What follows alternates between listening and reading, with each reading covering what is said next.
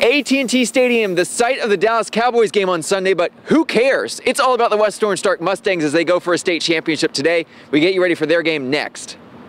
Kyle Field, massive. There's no other way to look at it. Over 100,000 seats now inside this place behind me after renovations during the offseason. If you're a fan watching the game and the action in front of you stops because of a review, you will not be able to watch that replay on the video board. The reason being, the Southland Conference does not want your reaction to the play influencing the officials in the booth. These helmets will be making their on-the-field debut next week at football practice, but some of the players have already worn the helmets, and the reaction so far is that they're pretty comfortable. It was never a question of if Anthony would ever make a major tournament, it was a question of when. Anthony's dad always knew his son had something special, way back even when Anthony was in 8th grade, when he reached into the cup here on 18 at the Beaumont Country Club and claimed the men's club championship. Those comments foreshadowed what would happen this weekend. Knights firing after nearly 3 seasons as Lamar men's basketball head coach. In the Montaigne Center, Andrew Chernoff, KFDM 6 Sports. In fact, our own Mike Friedman already feeling the madness. His Thunder Sticks. We get you ready for the big game between PNG and Nederland coming up next. This is the paddock area where everyone is ready to go. This is where all the drivers, this is where all the teams are preparing for this week, and they'll spend a lot of time in this area. Also, if you look to my right, the Lamar University Marching Band is in the house ready to pump this place up. Super excited. We're glad they're not playing just yet, though, because we want to hear ourselves talk. Lamar's leading scorer of the season is averaging just under 16 points a game. Fitting because his last name is 16 letters long. Here it is. Tyran Day, well, can you say it? If you cannot, that's okay, you're in good company because a lot of his teammates cannot even say it. So let's learn how to pronounce it correctly together.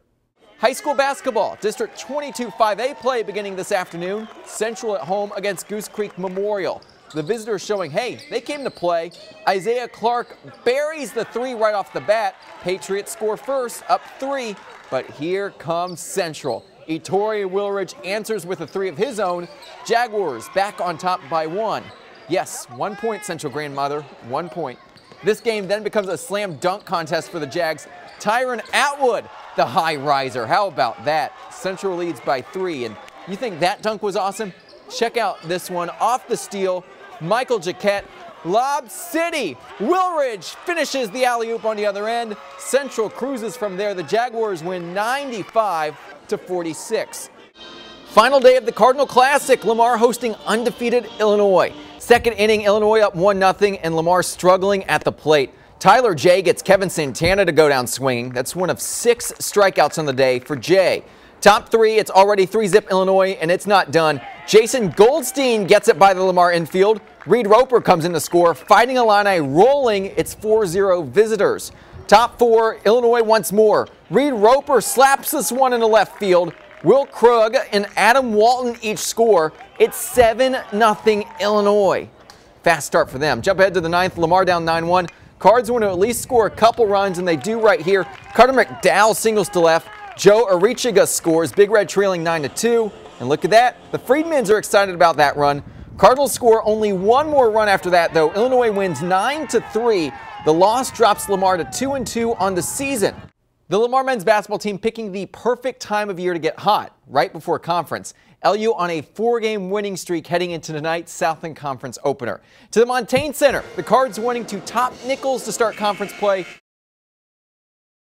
Good job. It may look like an ordinary high school football team, but if you look closer, you'll notice 2 athletes who typically do not fit the mold of football players. Oh my gosh, is that a girl? After the game and we're shaking all the guys' hands, like they'll turn around and be like, oh my word, that's a girl, I promise that's a girl.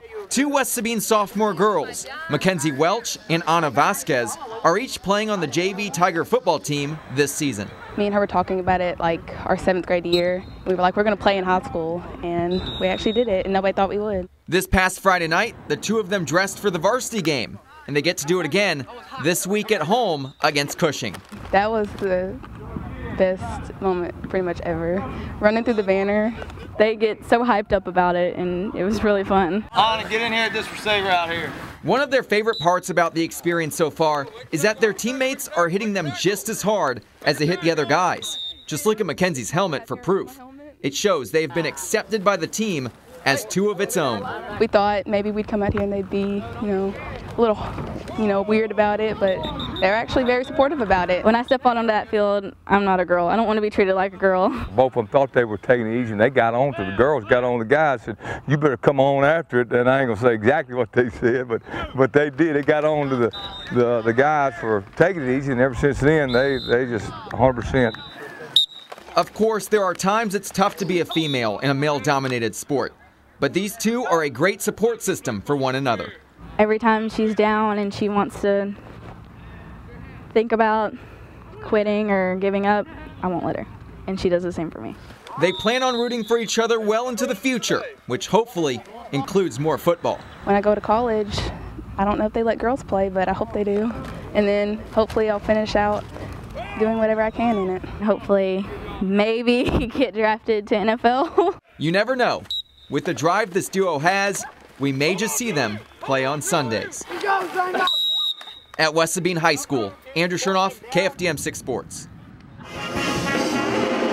The Cardinal is the only official mascot of all Lamar athletic teams. But the Lamar baseball team now has a second mascot. We started off to not really the start we wanted, and we needed something to get us going and just a little voodoo. We were on a road trip up to Abilene Christian, and we stopped at the Buc-ee's on the way. We just decided we needed a mascot, so we started looking around and found us a monkey. A little Superman cape. It was just a little joke, I guess. It started this little winning streak. Meet Nuke, the new unofficial mascot of the LU baseball team. The stuffed monkey has already brought plenty of good luck to the Cards, as they've won 9 of their last 11 games. We're buying into it. We're having fun with it. We're giving him wrist tape, eye black, all sorts of fun stuff. So, I mean, he's turning into our epic rally monkey. The phenomenon of Nuke, though, goes far beyond the field. He is already on Twitter and has over 50 followers. I think he gets more followers than any of us. He's turning out to be one of the more famous guys in the club, and I just hope he doesn't big league us too badly. Of course, when Nuke is not on Twitter, he's at the Diamond, watching his beloved Cardinals and cheering them on to victory. We're going to keep riding until he proves differently.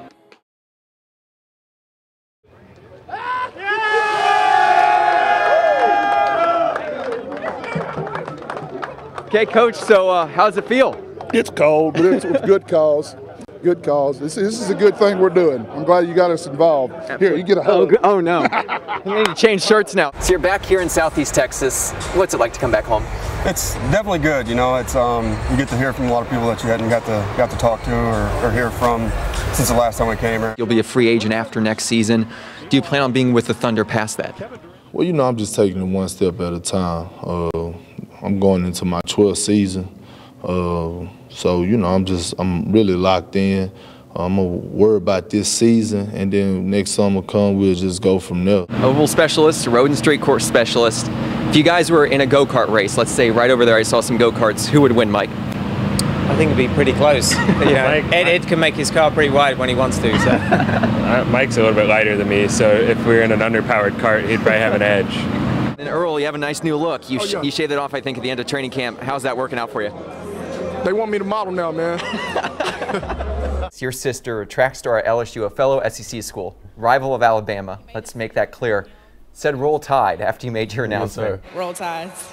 Has she heard it from her friends yet? She probably has when she got up there. She got up there yesterday, but I mean, like I said, she knows I made the right decision for me.